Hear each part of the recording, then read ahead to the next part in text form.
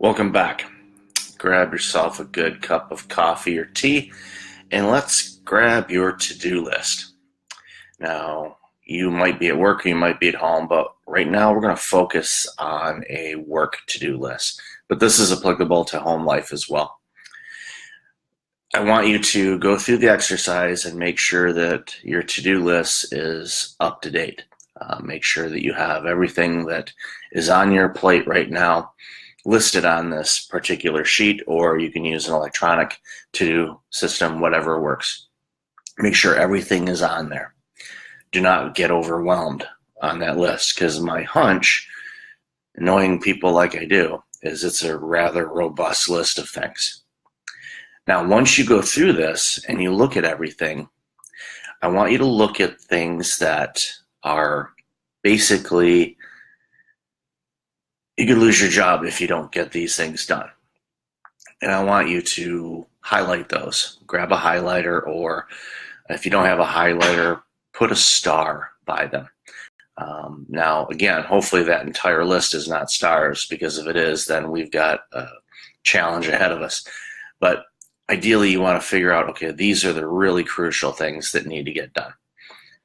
Now that you have that done, the next step is figure out from those starred lists what are 2 things, not 3, not 10, 2, that you could possibly get done either today or this week. Okay. Now, once you have that, then write those 2 things on another sheet, and at the top of that sheet call it most important tasks. Write those 2 things down. Nothing else goes on that sheet. Now, you have that sheet with the most important tasks. The other to-do sheet that you filled everything out on, file that away.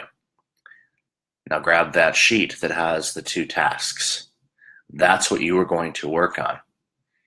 And that's what you're going to work on until those things are done. And again, remember, I told you that on that sheet there are things that you are confident that you'd be able to complete either today or this week. So don't work on anything else, if at all possible, except those 2 items. Once they're done, cross them off. Then take that sheet and file it. Don't throw it away, but file it. You can put a date on it if you want. It might be a good idea to write a date at the top as well. Now that you've completed those 2 tasks, I want you to take 15 minutes. It doesn't need to be very long.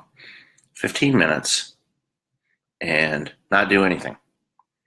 Now, if you're working in a factory and there's parts flying by you, I don't recommend this exercise, because you'll definitely get the foreman on you really quick.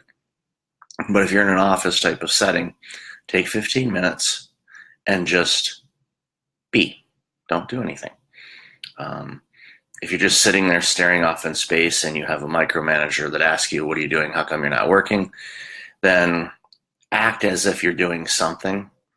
Tidy up the files on your desk, or maybe wipe down your desk if you have cleaning wipes or something like that.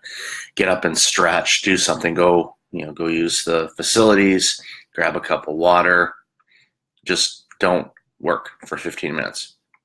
The reason why I'm saying this is you need to celebrate that you accomplish something. We go from task to task to task to task to task to task to task to task to task to task, and we don't stop and pause or reflect on what we just did. We forget that we've accomplished something. We finished something. And we just go into autopilot and just round and round and round and round. No wonder we're burning out. We're not stopping. Think of it this way. Think of it like the Indy 500 or a NASCAR race. So they run around in circles for 500 miles. They finish the race. They're supposed to stop, regroup, talk about how they did in the race. That's the same thing with this most important task list. Stop and reflect on what you accomplished. Otherwise, what you're doing would be the equivalent of the Indy 500, is they went round and round and round and round in circles. They hit the 500 mark. The checkered flag flies. We know who won, but then everybody's still running and running and running. They don't stop till they run out of gas. or the equivalent is completely burnt out, or wreck, or anything like that. Same thing. So you need to stop and pause and say, okay, I've done those things, learn from them. Maybe you did something unique that was an ability for you to create or finish something faster than you have before. Figure that out. You will get into a rhythm of work. Now, naturally, if you get 2 things done pretty quickly, you're like, woo, I can get 10 things done today. Don't fall under that trap. So if you do finish something and it's early in the day, then look at your list and pick maybe 1 more thing for the day. Don't try to do more than 3 a day. But if for some reason you can get 5 or 6 done and get that list cleared out, I'm okay with it. But again, make sure you balance in some breaks in between those accomplishments, so that way you will actually feel accomplishment and feel it. See how it feels. And then you'll get into the rhythm and all of that. Now, the next thing you need to do on that list, after you do this for a bit, is look at the list and see, is there anything on that list that you really shouldn't be doing and somebody else is?